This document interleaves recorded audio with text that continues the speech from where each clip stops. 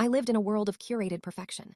My social media feeds were a dazzling mosaic of my friends' achievements, promotions, exotic vacations, picture-perfect engagements, and meticulously renovated homes.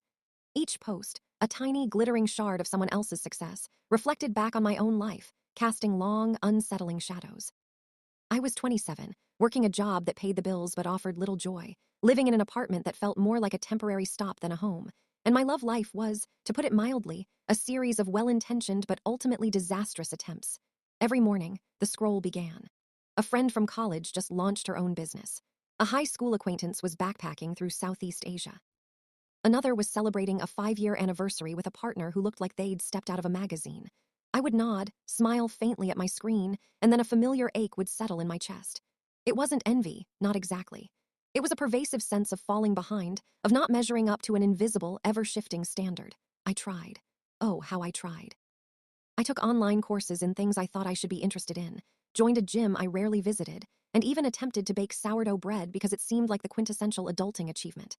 Each effort felt hollow, a performance for an audience that didn't exist, or perhaps, for the critical voice inside my own head that whispered, "Is this all there is?" The breaking point came subtly, not with a bang, but with a quiet whimper.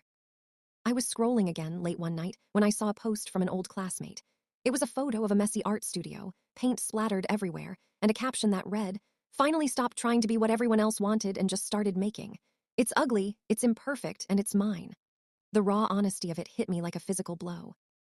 I looked around my own apartment, at the carefully arranged, impersonal decor, the untouched self-help books, the sourdough starter I'd forgotten in the back of the fridge. And for the first time in a long time, I felt a flicker of something real.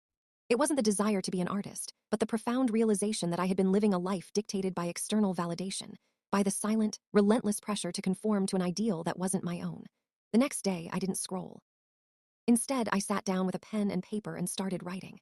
Not a resume, not a to-do list, but a list of things that genuinely brought me joy, no matter how small or unconventional.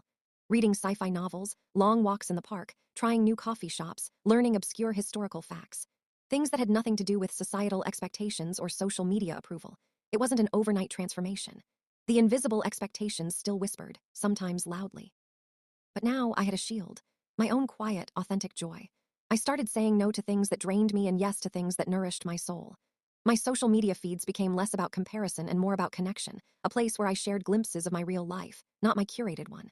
And slowly, gently, the weight began to lift.